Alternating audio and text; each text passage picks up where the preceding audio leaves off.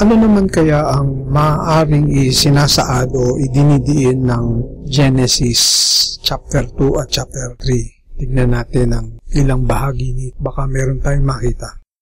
Ang tao ay may relasyon sa Diyos, sa kapaligiran, sa kapwa at sa sarili.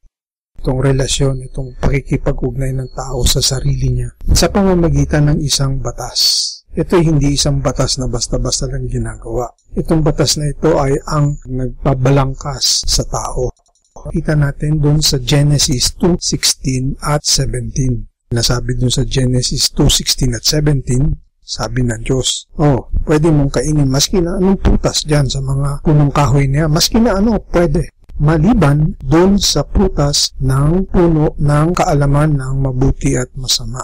Yung batas na yan ay may dalawang bahagi. Yung unang bahagi, sige lang, kain lang. Mag-enjoy ka dito sa hardin. Gawin mo ang gusto mo. Subalit, merong hangganan. Yan yung pangalawang bahagi ng batas. Maaari mong kainin lahat maliban dito sa punong kahoy na ito. Pag kumain ka dito, kinain mo ang prutas dito, mamamatay ka. Ang kamatayan ay hindi lang tungkol sa kamatayan na nawawala na ako ng hininga. Hindi kamatayan na rin sa pamumuhay ko mismo. Kamatayan sa aking pakikiugnay sa mga kapwa, pakikiugnay sa Diyos, pakikiugnay sa kapaligiran at pakikiugnay sa sarili ko. Nawawasak lahat ito. Yan ang ibig din sabihin ng kamatayan.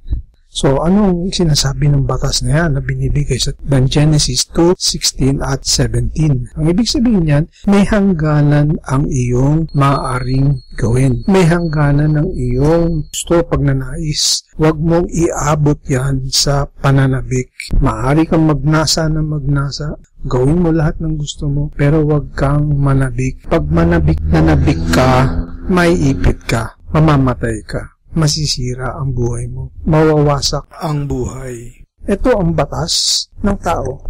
Ang tao ay isang nilalang na maraming pagnanasa. Subalit pag nakakalimutan niya ang kanyang pagnanasa at siya'y naiipit na sa pananabik, nabubulag na sa pananabik, nasisira ang tao. Ito ang tinuturo, ito ang isinasaad ng Genesis 2:16 and 17.